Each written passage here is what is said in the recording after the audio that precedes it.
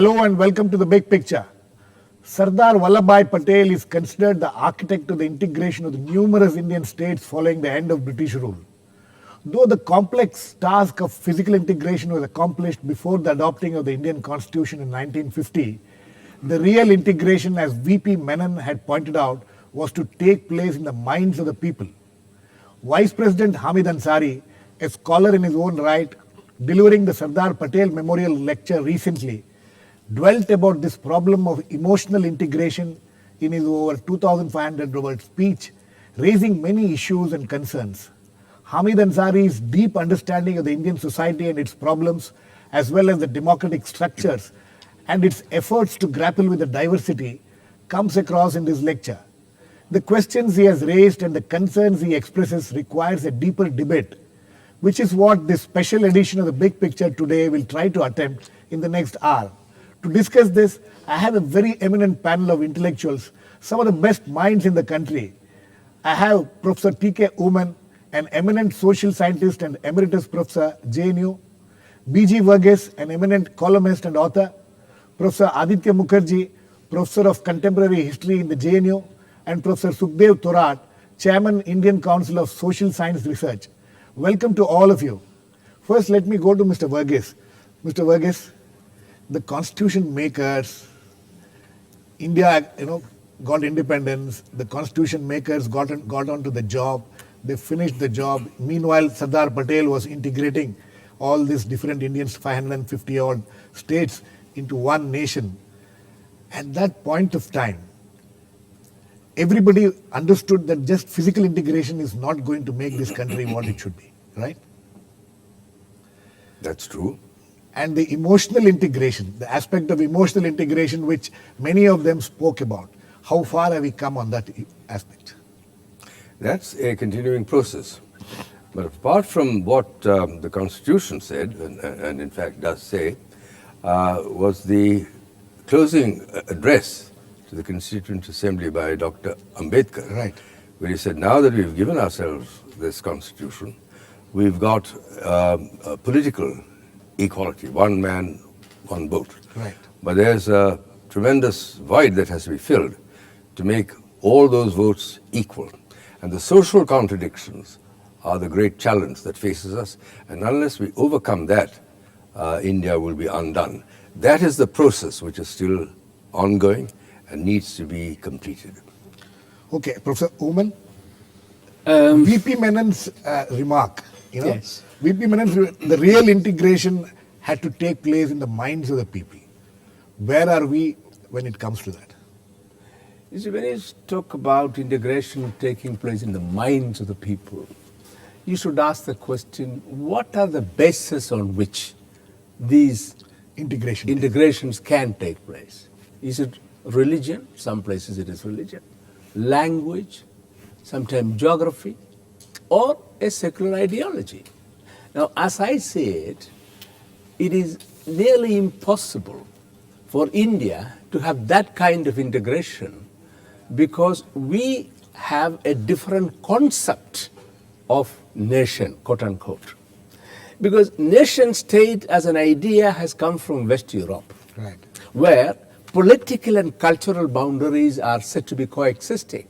If it were not coexisting, they did everything that is possible, that the culture of the minorities, of smaller groups have been liquidated and the majority culture dominates. India's vision, India's model is exactly different, opposite. If I may say so. Therefore, it is not simply a question of recognizing diversity, it's more than that. Celebrating diversity. Absolutely. And if we are celebrating diversity, the question of integration will have to be approached, to my mind, much more cautiously. I will only say at the moment that we have given the world a new model of nation making. For some time, I've been telling that nation state is an obsolete concept, at least for India. We have to think in terms of a national state. A national state is that which not only accommodates, but as I said, celebrates diversity. Whereas a nation state wants to Uniformity. ignoring all inconvenient cultures. Right. Our model is different. Okay, Professor Mukherjee, our model is different. We have to celebrate diversity. In fact, our whole constitution is based on that diversity, our thinking, even the independence struggle and pre-independence and all that. But have we, over the period of time, trying to, the political structure, the political parties, the political people, have they understood this diversity and have they tried to bring together this diversity, or are they, trying to exploit that diversity? You see, when we talk of the Indian nation or the Indian nation state, as Professor Oommen very correctly said, that the Indian nation was imagined very differently from Europe. And it's probably unique in the world in terms of making a transition to modernity and nation making in a manner where destroying diversity is not the objective, right? But this process started not after the constitution is made, after independence. It started with the national movement itself. Right. This process of what the nationalists called nation in the making. This is Srinath Banerjee in the 19th century saying nation in the making. Right. Now that is what makes India today. The fact that for about 70, 80, nearly a century, this process of nation in the making occurred is what enabled India to be a nation state after independence, such a diverse nation state. But the question you're asking is, what have we done about that process after independence? You're right. I would say in the initial years, this process was pushed forward. But currently, and in the Vice President's speech, there are several areas where he suggested where we are slipping up. Currently, what we are doing is, we are often picking up precisely the weak points. That is, what the colonial state did was to try and break this process of nation making. And we are often, in many ways, by playing identity politics, the political parties particularly, they're trying to freeze identities rather than move in a direction which will destroy this difference and create a more humane, more overcome the common identities. Absolutely. I think there are tendencies in the political sphere. But on the other side, there are various institutions and particularly civil society movements which have been working in a manner that they are not working on identity politics basis. Every major civil society movement in the last 20 years, not one of them, whether it is RTI or Manrega or Right to Education, none of them have anything to do with identity. Absolutely. Either region or caste or anything, So that's the positive side. The negative side is that the political parties, on the other hand, are for short-term political gains, are reintroducing the colonial concepts of division in modern India, which is a frightening prospect for me. Professor Thorat, if we look at the speech, and Professor Hamid Ansari refers to, quotes Baba Saheb Ambedkar. Mr. Verghese also was pointing out that. He said there are Ambedkar spoke about three aspects for effective functioning of democracy. First, holding fast to constitutional methods and abandoning the method of civil disobedience, non-cooperation, satyagraha. That has not been achieved. Well, I think... I'll come to the other 2 points which you raised. Yeah, I think Dr. Ambedkar, when in his last speak and very ceremonial speak, warned us the danger of... the grammar of anarchy he spoke about. Yeah, three things. He said that we have one man, one vote, but we don't have one value, and that he refers that we have an equality in political sphere, but we don't have an equality in social and economic sphere. Right. So the first task that he has put before us was to reduce and minimize social and economic inequality. And then, of course, he said that we should use the constitutional means, and as far as possible, we should avoid the hero worship. But more important things, I think, that we have tried for the last 50 years the agenda of reducing social inequality, reducing economic inequality. But I think we have not been able to achieve that task. The contradiction between what is contained in the constitutions in the form of justice, equality, and fraternity, there's a huge contradiction in what exists in society. Right. The society continue to function in a modified form. On the principle of customary rules and customary norms and values and habits. Now you take an example that, for example, untouchable is killed an high caste person for whatever reason. The high caste doesn't go to the court and register a case. That is a secular way of dealing with. But they will go in a mob and attack the Hindu, the untouchable locality. So now that is what precisely is written in the custom of the caste system. So the point is that we have not done enough to change the society so that it became compatible with the with what is contained in the constitution. Let me give me a half a minute. Yeah, please. In 1970, Malaysia faced a very serious problem. Huge ethnic riots and violence between Indian on the one hand, Chinese on the one hand, and the Malayas. And you know what Malaysian did? They invited a team of a social scientists from Harvard and Oxford and asked them to suggest us a social research and a policy which will bring national unity. They placed national unity on the top agenda and asked the committee to suggest the way out. The committee suggested reduction of economic inequality and reduce communal and ethnic violence, suggest the ways of reducing it, not just talking about it. And then also national symbol. I think the point made by Prof.Oommen is correct that we have a diverse group. But we have to draw a distinction between diversity and disparity. If we have a diverse group, the values and custom and ideas of diverse group, while we retain that and respect that, some of them, the majority of them or some of them should be in conformity with what is contained in the national goal. So we have to develop national symbol, we have to develop national values, we have to develop national ideals while retaining the independence of each of these group which exists in the society in terms of diversity. So I think we need to recognize the issue of diversity, issue of national unity, but we have to do a lot more. We have not put that on the table. We are doing it in a normal course, to be very frank, as it Mr. comes. Verghese, we have not, he says that we have not put that, idea of creating this national integration and, the fraternity aspect of it on the table. Is it always like that, when during the time of Pandit Jawaharlal Nehru, that was the most important thing which he always spoke about, and there was a phase during that period when there was, we thought that fraternity, that integration was happening. What happened after that? Or what happened during that also? You were a witness. You were a witness to all that from the sidelines. Well, you mentioned the word fraternity. Yes. I've never heard it used in any speech, any document, any manifesto, any planning commission note. It was a forgotten word in the Constitution, perhaps the most important word, along with democracy. It's never been used, and therefore not understood. It's now coming into vogue, some sort of vogue in a limited fashion, but it was ignored at the very start. Emphasis was given to development. Now you can quarrel about the pattern of development and so on. That's a separate argument. But the other thing which would have brought this about, including fraternity, was education. Right. Education, particularly at the school level. Right. And the Constitution provided for are making the attempt, the directive principles, to have universal elementary education within 10 years, by up to the age of 14. Now, 1960 is more than 3 generations ago, and we're nowhere near that.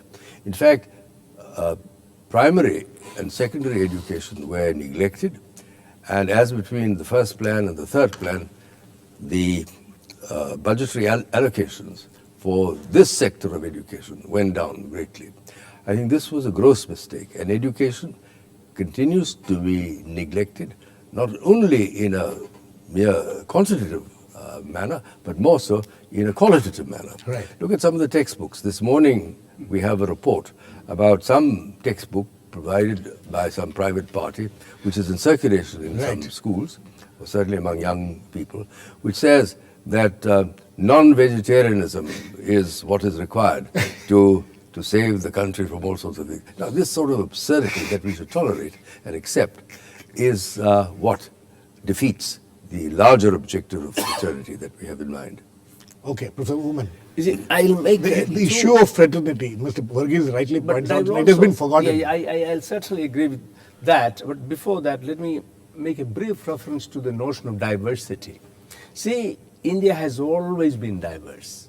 Diversity in itself is not a problem. It's not a problem. But diversity coupled with inequality Right. makes a lethal combination. And that's our problem. And it is in that context fraternity assumes great significance. Why is it that we were talking about, at least in the Constitution, about fraternity? We had this huge problem at one level, the Hindu-Muslim problem. Right. And other religious minorities which are not always perceived as native to India. That is one context in which fraternity becomes important. Secondly, the problem within the Hindu population, thanks to the caste system, the abominable hierarchical system, and the manner in which we have been treating our own people. Yes. Others are outsiders, you wish it away. But our own people have been treated in such a manner that fraternity is a great balm, which we recognized, but we have not applied. So diversity as well as fraternity are equally important, but it will have to be contextualized. Fraternity, as is said in the French Revolution, has one meaning, but fraternity in the Indian context is different. And what we failed to do was to contextualize it. Again, I trace the origin of this, what I call the original sin, the idea of a nation state. I very strongly believe India cannot ever have a nation state in the sense in which Europe had it. Our country, our society will have to be different. And there is no comparable model ever experimented or likely to be experimented. So therefore, although I'm not looking for indigeneity as such, yes, take, as Gandhi said, all good things from all over the world, but never allow yourself to be blown out of the window. Yeah.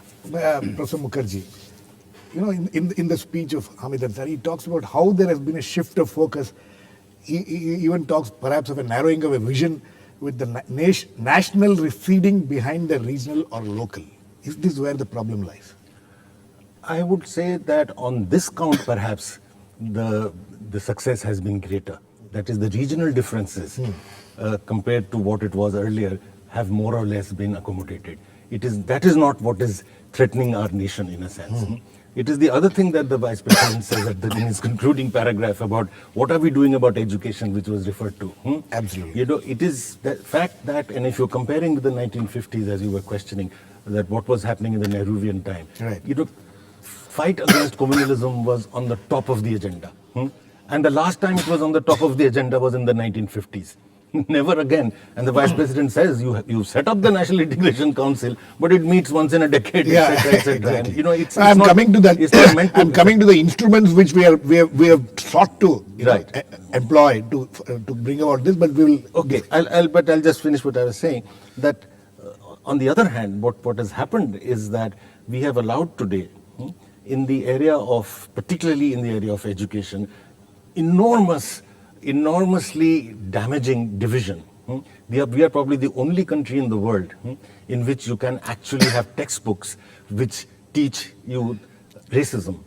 I mean, it will be illegal even in the United States, which was very slow in picking up these sorts of stuff. Prof.Oommen has written about this. But in our country, we have RSS books being sold which tell you that, and we have written about that, yes. which tell you that, you know, Muslims, wherever Muslims go, there are rivers of blood which flow, you know, and that how they're by birth anti-national and stuff like that, Muslims and Christians.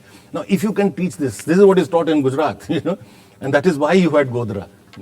Now, that happening in our country with, with a secular constitution, with a major government, etc., that there is no regulating authority on what gets taught. Mr. Verghese also mentioned, you know, what kind of rubbish can go into school texts. I think is a major fallback from the initial attempt, where there was an attempt to create institutions which will promote this nation in the making process. But we are very sanguine about many of these institutions doing exactly the opposite. Yeah, Professor Thorat, you have recently been in part of a controversy about these textbooks and things like that. Yeah. I don't want to discuss that as such, but you know, your own experiences in these matters. Professor Mukherjee is pointing out, you know, how the education process, the textbook process, the kind of things which are being taught. Where did we go wrong? You know, when we were students, when we were in school and things like that. I mean, I don't think this kind of things were observed in the textbooks. We were all taught, you know, even fraternity, which you're talking about, were part of the textbooks. But where did the things start going wrong? Well, I would say one thing that as far as the textbooks controversy is concerned, I would still hold a view that 2005 textbooks, which I was required to review, is a step ahead of 2000, and it try to accommodate and deals with various point of view, various contribution made by small and big people in nation building. To that extent, it's an advance over the earlier one. But I think at a very, very larger level, what is required, as has been said already, that we have this problem in society of diversity, disparities, discrimination and exclusions. Now, have we made enough attempt through our textbook to educate and to sensitize our student through curriculum that this is what we have? I do not see at all in the textbook that we are sensitizing students against untouchability and caste, against communalism. What is called in USA, we may not adopt it as it is, but what is called multicultural education, whereby you expose the children to every culture and teach them to respect the good one and also tell them the bad one, so that you are turning out a citizen with a different values. And I think our higher education and school education need to be changed significantly to expose the student to our problem, to our strength, to our weaknesses, and then we will be able to develop a citizen which will turn out to be the different values. Professor Thorat, the composition of schools in this country, if you go to any school, especially private schools in this country, what is the kind of composition that we see there? Do we see a composition of different castes, communities, religions, different strata of society being there? No, it is inevitably middle class, upper middle class, richer class. How do you, in this kind of a composition, how do you expect this kind of a diversity to be understood at all? No, the point is that, yes, I think there are two issues here. Having associated with the UGC for 6 years for the first time, there are two issues I would like to mention very clearly. One is that we have developed an education system which is hierarchical in nature. Right. Yeah. Hierarchical in nature in the sense that we don't have a common system like Europe or US or even for that matter UK. Now, in Europe, they have developed their public education system. As they went along and their income increases, they pump in a larger portion of the national income on education and make the public education system more efficient, more quality oriented. What we have done is to accommodate the interest of each of the class, we develop a hierarchy. We have a municipality school which take care of poor, then we have a central school which take care of the good government employees, then we have a Sanskruti school which take care of IAS officer, then we have a Navy school, then we have a Air Force school, then we have a military school, then we have a Navodaya school which is for intelligent students, meritorious students. I have never seen a hierarchy of educational system that exists here. Now the similar thing is happening in higher education. Now, I think what is happening is that in Europe, the society may be iniquitous in terms of access to economic factors and sources of means of income and other things. But at least education provide an opportunity for everybody to develop the capability and make use of it. Now, let me make another point about education, that we will have to deal with this education system with its hierarchies. But you made a point that there are heterogeneous schools, and how do we bring them together around a common goal? That was your question. My answer to this question is policies are made by the government. You can have a different kind of school, but government can still develop a policy which can serve as a directive or at time compulsory to all the schools and education in terms of curriculum, in terms of behavior in the schools. Those attempts are constantly made, but they're never implemented, or the implementation. That's another issue. But you can make a policy, you can make an administrative guideline and regulation which is applicable to all school and higher education institutions, which tend to promote certain values and certain goals in the schools. Right. Mr. Verghese, we'll move away from education and look at what we as a people, as a government, we have been, what is it that we have been trying to do, or what kind of instruments have we been trying to evolve to promote this issue of fraternity, creating this emotional integration? In your own experience, what kind of instruments has the government or governments have been trying to create? Well, I think in our general policies, we're trying to promote national integration in various ways.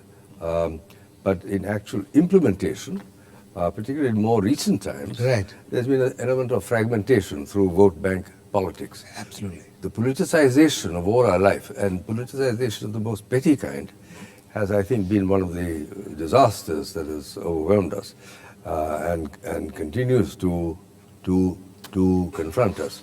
Therefore, we're playing upon identities, or are reinventing identities in order to create little groups of people who will become your constituents and will vote for you.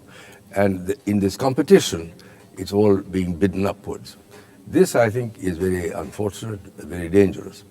And with the result that some of our preferential policies, because we haven't elevated all, it's elevated some through various forms of affirmative action, reservation, whatever it is, we're getting a reverse process of what shall I call it, detribalization, or undoing Sanskritization, going back, Yes. rather than moving forward. And this, I think, is very unfortunate. The National Integration Council was one institution that was created, but it really didn't work, because what you got was chief ministers and cabinet ministers, for the most part, with a few others who were relegated. And they met once a year and they talked. And it's also a They talk. hugely unwieldy body also. It was about 100 people. And it really didn't come to grips with problems. Well, all right, for a large country and a diverse country such as ours, you wanted all kinds of people to be, and elements to be represented, including the states. But you could have had subcommittees of various kinds to be standing bodies that would look into these matters more carefully. We have since then had other institutions, not since, but even before that, the Commission for Scheduled Castes and Tribes, minorities, women, and so on. These have, in their own way, in a more limited way, tried to deal with some of these problems to redress the balance against adverse action, or to affirm the rights of weaker sections and various groups.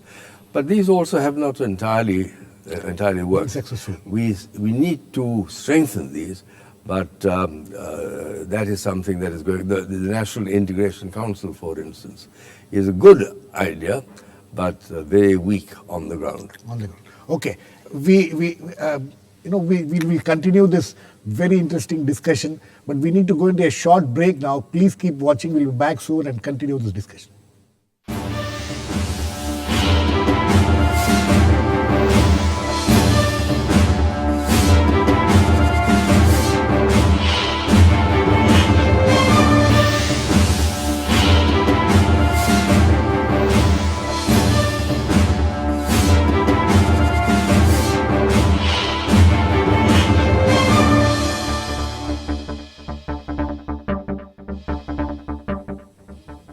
Welcome back. We are discussing in this special edition of the Big Picture, why is emotional integration eluding us? Professor Oommen, we were discussing various things. Integration, you seem to have a point of view as far as integration is concerned. Yeah, because integration gives you an idea of assimilation, integrating everything and everybody. But this goes exactly the opposite of unity in diversity, the original idea. We want a unity, but without necessarily destroying the diversity. And this is something. So you think that the use of the word integration itself is a questionable. I would like to get Yes, Mr. Verghese's that's view my- on this.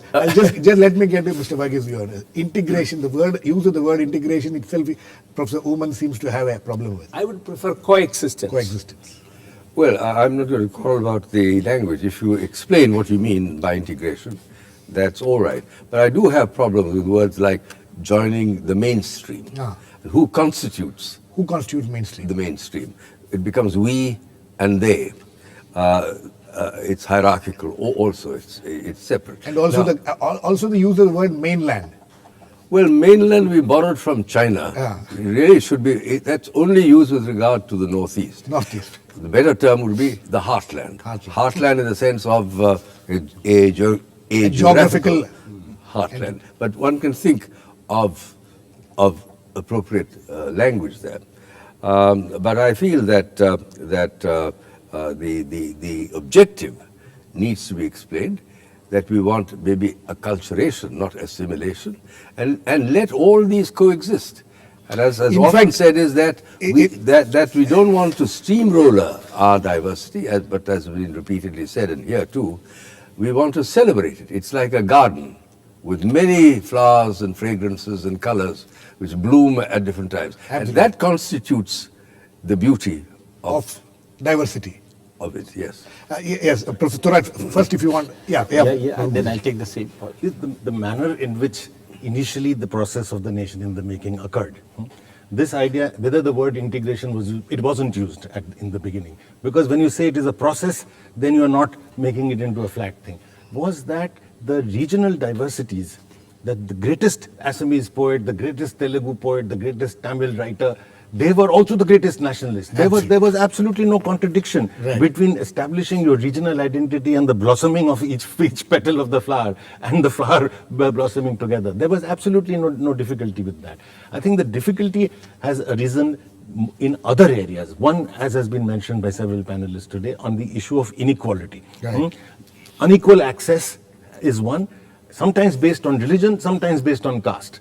You see, and the issue is that here is where communalism and casteism can actually flourish if you're not able to address the issue of unequal access. And that is, I think, the challenge of the future. That how are we going to, everybody agrees that inequality is bad.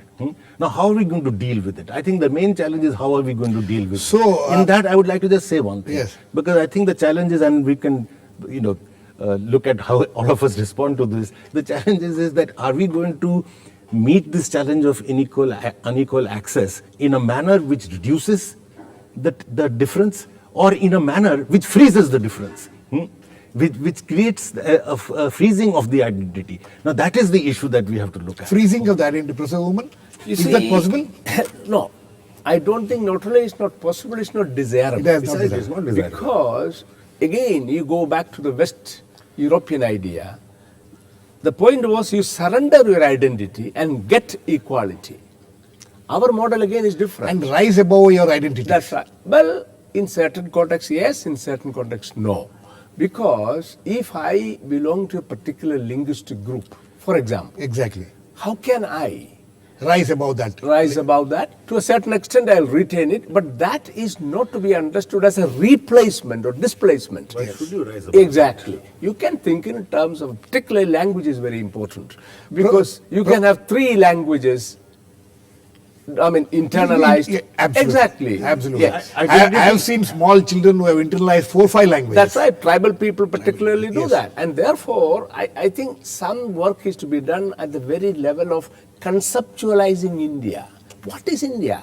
This question has been asked right from the beginning. I know, Professor Thorat, from all this discussion, the question of intolerance, the growing intolerance also is creating these problems. When we talk of emotional integration, there has to be a lot of tolerance is the underlining factor, right? But that is where we seem to be having problems. Well, I think this is a very important question, but I will link it with the issue of integration. I think integration without talking about its substance will create problem. You generally retain the diversity, you retain the place of minorities and various groups, but how do we integrate them, and what is the basis of integration?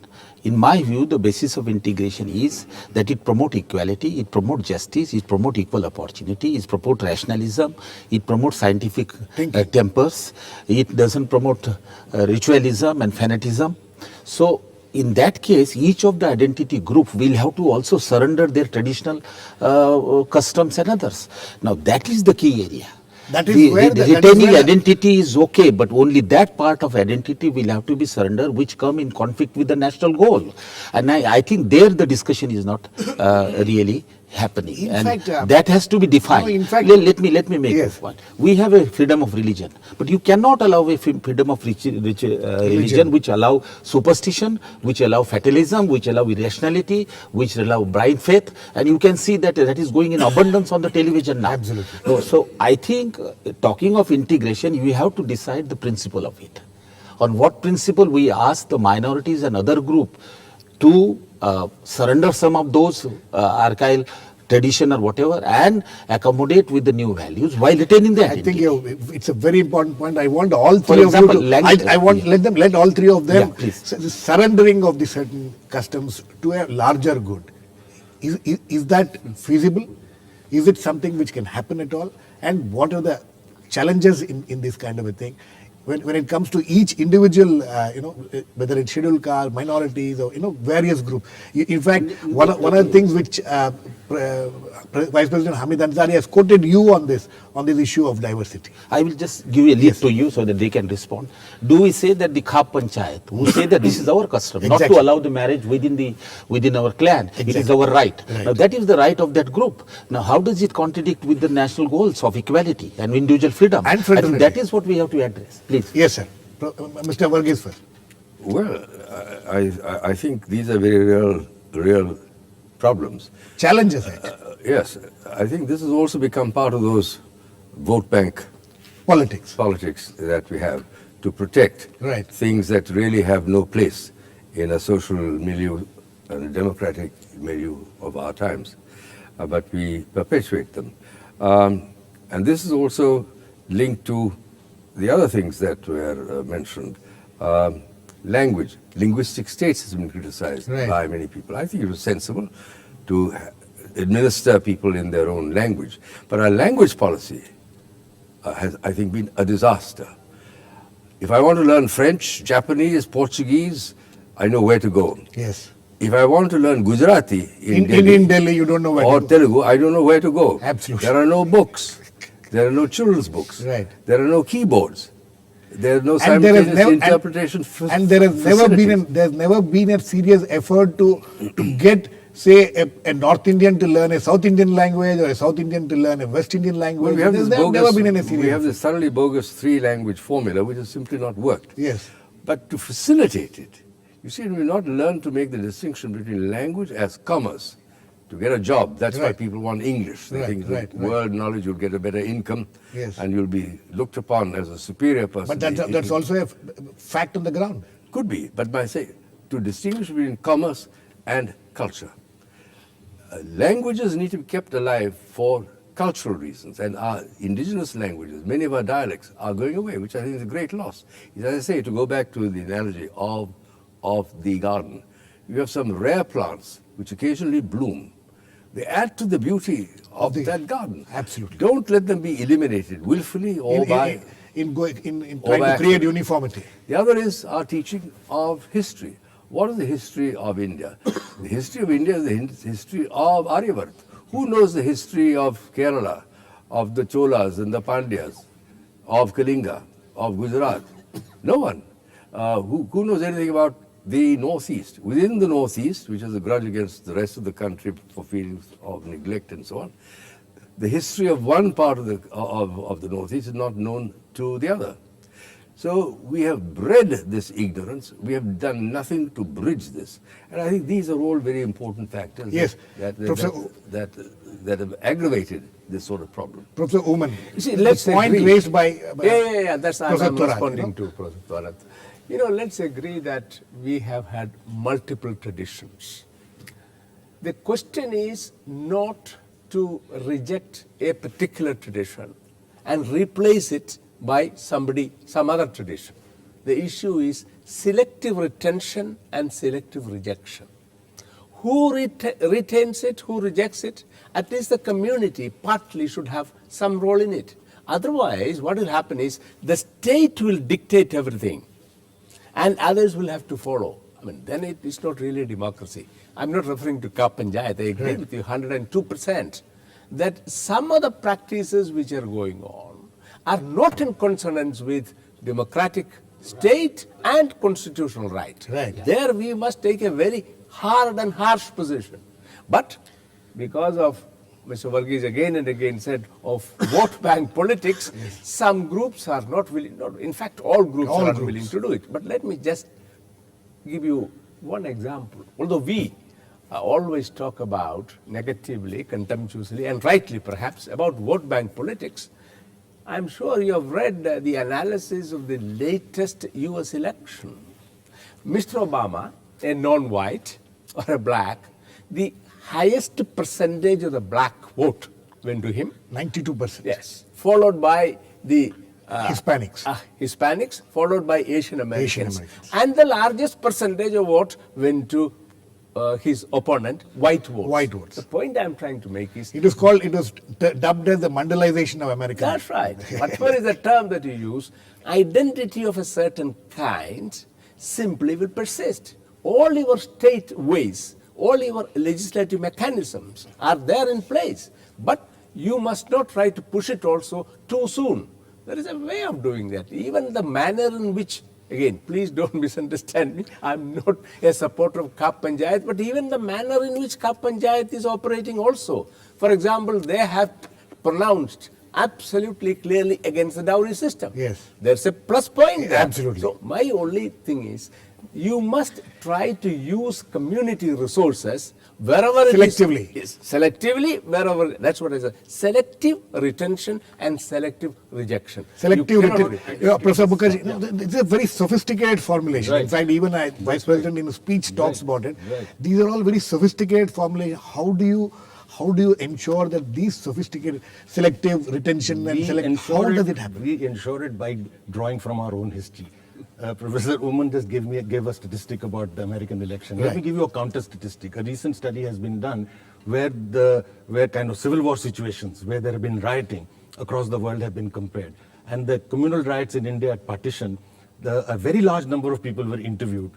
And they were asked that if people whose families have been killed or who are victims of partition, who have run away, Displaced. they were asked that, did the other community help you? In the Indian case, 70% said the other community helped. Now this is very different, and they've compared with other parts of the world when, let's say, there have been a race riot. Right. Did the other side help you? So our history, therefore, is something that we can draw from. Right? So that is one thing. The second thing about identities is there is no doubt that there is no reason to believe that all identities have to be submerged. There's nothing wrong with having a religious identity, that believing that you are a great Hindu or a great Muslim or whatever. Nothing wrong in, there's no reason why you should lose your Telugu or Tamil or Malayali identity. In fact, we should expand it. Only where your identity is conflictual, like caste. You can't say that, this is my identity, therefore I shall retain it, even if it is detrimental to another part of It happens right. It happens every week on the matrimonial pages of the newspapers in this country. Even Nehru in his lifetime, Right. and even today, is Pandit Nehru. Pandit Nehru. Extraordinary for a man who denounced caste, in a sense, tolerated it. I come, never protested. but Mr. like both of you, I come from South India, but till a very, very long time in my, into my adulthood virtually, I didn't realize that Pandit Nehru, the Pandit in Pandit Nehru was supposed to be a Brahmin. Yes. We didn't realize it down in the South. But one identity which needs to be given up. This issue arose again historically during in 1932, and Gandhiji at that time said that if you are a Hindu, you would want to remain a Hindu. But if you are an untouchable, would you want to retain that identity? So one identity which needs to go, is that of the Dalit. This is a very important issue which you raised, Professor Thorat. This is a separate debate on its own, actually. Yeah. This identity, retaining identities. There seems to be a competition now for the Dalits who have gone out of it, become Buddhists, wanting to get back that identity of being a scheduled caste, being a Dalit. Why is that happening? This reverse trend, is it purely because of the whatever benefits they would get, the governmental benefits? No. I think this issue has been completely misinterpreted as far as the getting of identity of a scheduled caste, not Dalit, because scheduled caste is a legal category which entitle you for a reservation. The issue the Muslims, the Christians who have converted to Muslims, Islam, Christianity, they want to get back that. In fact, I would say that increasingly now for last 25 years, group-specific policies are being asked for. Scheduled caste and scheduled tribe asked for reservation in private sector. Then the OBC got the reservation in education and the employment. Then now Muslims The issue of reservation for Muslim is being discussed. Dalit Muslim, Dalit Christians, nomadic, semi-nomadic. So, and women, 33% reservation. So group-specific policy as against the individual focus policy is the demand. Now, we have to address this issue very patiently. Why is it that people are asking policies which are identity-based? There is no point in denying that, in reinterpreting the identity in a different way. I don't think they are asking for identity. What they are asking is the following. My understanding of the situation is that the identity group are subject to discriminations. Isolation, discrimination. They face discrimination because of their caste identity, because of their religious identity, because of their ethnic identity. It is this exclusion and discrimination which debar them to participate on equal footing in the economic development on the individual merit basis, induce them to go ask for the group specific policies. What are Dalit Christian and Dalit Muslim? You may disagree with them. What is their argument? They say that despite of conversion to Christianity and Islam, we continue to discriminate, and therefore continue to be discriminated. Just hold on. To be discriminated. We discriminated on the basis of caste identity and religious identity. Therefore, develop a policy for us which will safeguard us from discrimination, not identity. I think Professor Mukherjee wants to respond to this. Another side of looking at this notion that the people are asking for this identity. This is based on a very extensive survey of people who are working at the grassroots levels in Andhra Pradesh of the Dalits, with the Dalits, and for the right to education, of removal of children who are working into education, right? And we surveyed a large number of people, and the villager says that it is not we want to give up caste. It is the government programs and the politician who's bringing in caste. I'll give you an example. There were these children from multiple villages who were put together in a bridge school who from all castes. And when they were ready to enter schools, they were forced to go into Dalit hostel, tribal hostel. They said, why are you dividing us? So when you create programs, instead of right to education, which will benefit primarily the Dalit, because at the moment it is the Dalit who doesn't go to school. 1 out of 3 children do not go to school. 9 out of 10 Dalit children do not go to school. If you ensure the right to education, similarly, if you ensure the right to employment, who is the beneficiary?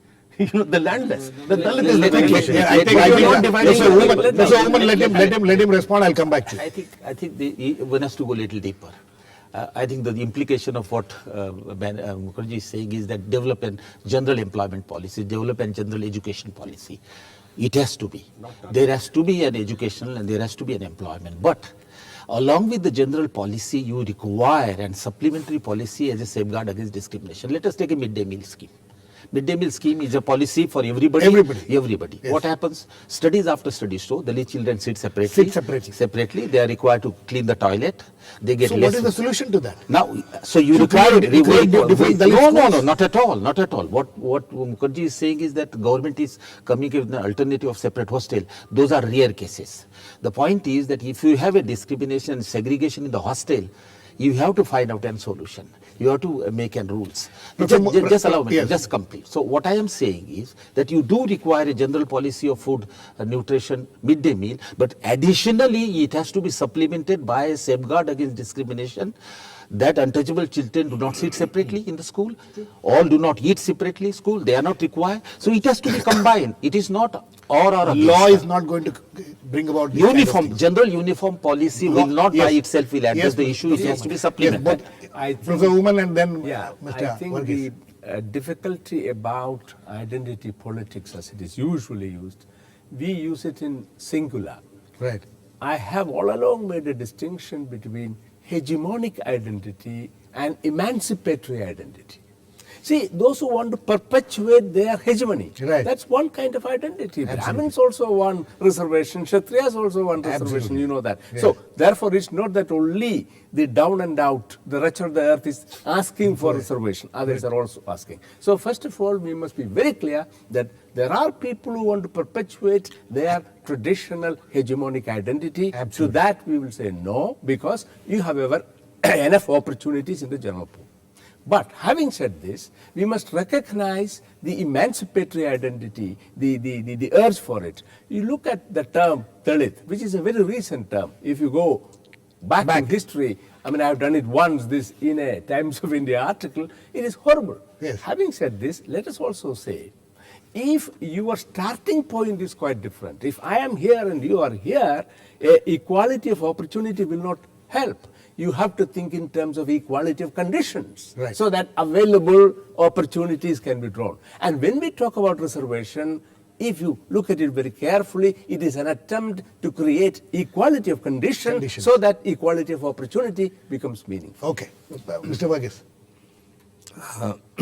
I just wanted to say, we were talking earlier about questions of caste and community. I think one of the most regressive acts on the part of the government and society, I must say, political parties, is to strenuously oppose a uniform civil code, Right. which I think is a strong movement towards equality of citizenship, equal citizenship. But the whole debate around the Uniform Civil Code is bogus, because it is postulated wrongly, entirely wrongly, Yes. erroneously, ignorantly, that this means the abrogation of personal law. Absolutely. Whereas it is a protection of property, the elevation of the most orthodox elements of the clergy to dictate what is right and what is wrong. It holds people in thrall, and it prevents you from moving across these little caste, community, regional boundaries. That is one.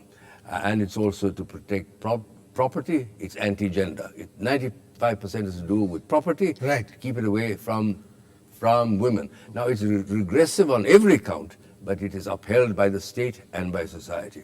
Second, there is, again, a wrong kind of integration.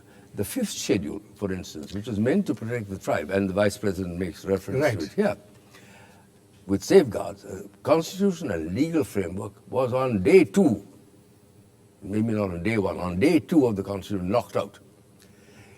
And illegality, constitutional illegality has been practiced for 60 years to assimilate tribes and to treat them in the same manner of others, removing the constitutional protection given to them. Now, 100 million people are involved here. It is a phenomenal failure. Absolutely. And as the court recently said, Naxalism is growing because we have removed, we have not implemented the fifth schedule through what it said, constitutional oversight. Right. And we perpetuate that. Now, these are the kinds of things where, in a fit of absent-mindedness or mistaken policies, or through some kind of idea that we must assimilate everybody, we have steamrollered. Absolutely. Last words to the three of you. Professor Oommen, emotional integration. We have discussed what all have caused this problem, which has resulted in the in emotional integration eluding us. Do you have any solution to it? Yes, in the sense we must be very clear about the notions that we use. In the TV advertisements, you come across this, an idea can change your life, isn't it? Similarly, correct notions can change things. Since Mr. Verghese just now referred to the scheduled tribe, right from the beginning and from Constitution onwards, we have been always saying SCST, as if they are sociological Siamese twins. This is absurd. There is a world of difference between SCs and STs, and we need separate policies because... Okay, sir. Professor Mukherjee. I would say three things. We are completely running out quickly. Both three things are the solution. One is education. What kind of education you give, that makes the future generation. The other is movements.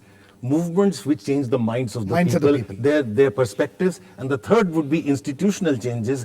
That is, you bring about methods of reaching justice to all, which do not divide the people, which do not freeze difference, but which accommodate difference. Professor Thorat. Yeah, I think three things. One is, I think we need to remove social and economic inequalities. Inequality will breed conflict. Inequality will bring infertility. And we require policies for that. Second, I think most important, which we have not discussed, that this is a society pluralistic and diversified. We have agreed. Your executive, your governance, your policy making and monitoring, every section of the society, diverse group should be involved. Okay. You cannot have a presentation of somebody represent your interest. There should be a personal representation. Okay. I think inclusive governance is a key thing to Mr. Verghese, last words to you. And also my three colleagues And you don't have said. anything else to add? I put education first. Sorry? Education first. Okay. I think that's Right. I'd like to fundamental. add that it's not the constitution, it is not the law, it is not the government, but it is what you do in the state apparatuses. That is the minds of the people in the police, in the bureaucracy, in the But having education said that, system, in the despite media. all our That's what failures, we need to change. India is a thundering success. Absolutely. Okay, on that. We yes, sir. we have given enough time to discuss equality, rightly, and identity. But one thing which Mr. Verghese referred to, fraternity, which has to be put in the Put front. on the front, put on the table. And, Put on the table. and dignity. Absolutely, I sir. think- We have completely run out of time. Yeah, Sorry. yeah. But this has been a fascinating debate. This is something which needs to be done more often. But as Mr. Verghese, in a very positive way, said that despite all this, India is still a thundering success. And one more thing Prof.Aditya Mukherjee pointed out was, we have a lot of identity politics creating problems, but we have to look at the way the civil society groups have risen about the identities and created some kind of an equal movement in this country. Thanks to all of you. This has been a fascinating debate. Thanks to all my guests, Mr. B.G.Verghese, Professor Oommen, Professor Aditya Mukherjee, and Professor Sukhdev Thorat. Thank you very much for watching. We'll come back with another issue in the big picture, same time on Monday.